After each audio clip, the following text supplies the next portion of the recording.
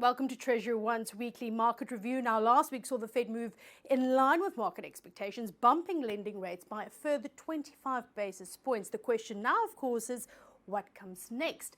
And although the Fed clearly wanted to create the impression that the door for further hikes remained open, it doesn't seem like markets are buying this narrative and is expecting the Fed to keep rates at current levels at its meeting come September.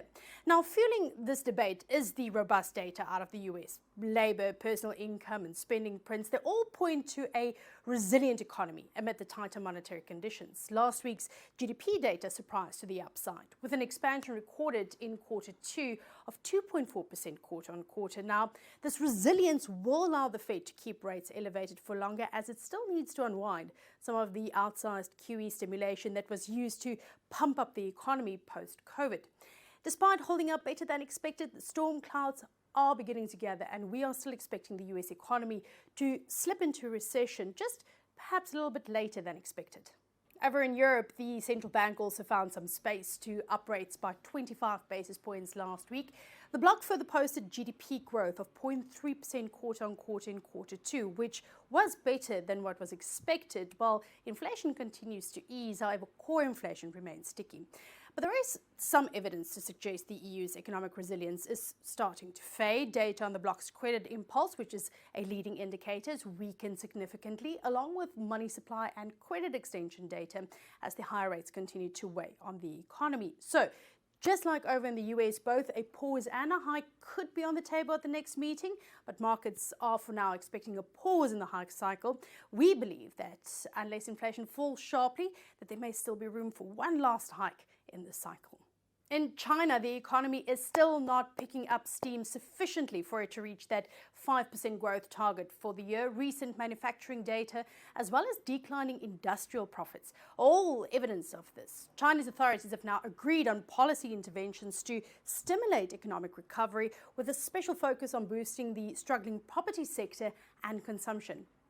Despite the struggling global economic conditions, the IMF provided a positive spin last week. Some risk factors like the banking sector stress has now faded since the start of the year, and so the IMF upped its global growth expectations to 3% for 2023. Even South Africa was bumped up from 0.1 to 0.3%. Admittedly, it's still not a figure to get excited about, but amid the growing stack of bad news, I'll take what we can get.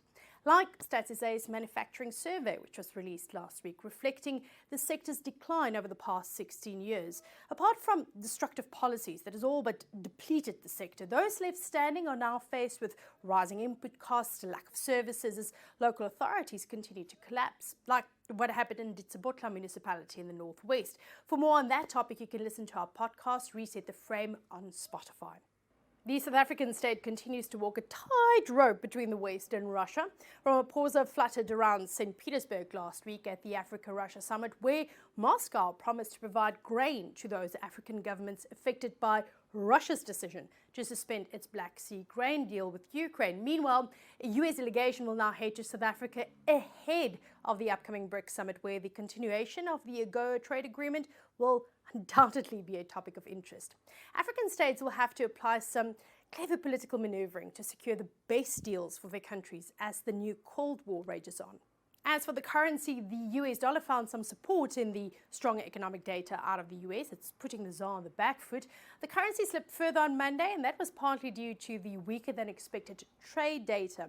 Now, the country's trade balance unexpectedly swung back into deficit in June as exports contracted more sharply than imports, and the decline in global demand will add further pressure on the trade balance in the months to come. The thing is, though, a weaker rand may support a positive trade balance in the long run as consumer goods become more expensive, commodity exports are priced higher in rand terms, and weak domestic growth will limit imports. This then all adds to a more positive trade balance. But for now, technical indicators suggest the rand could move closer to the 18 rand mark this week, but markets are likely to wait on the US labor data as well as the policy update from the Bank of England out later this week for further direction. That then the week that was and the one to come for the markets.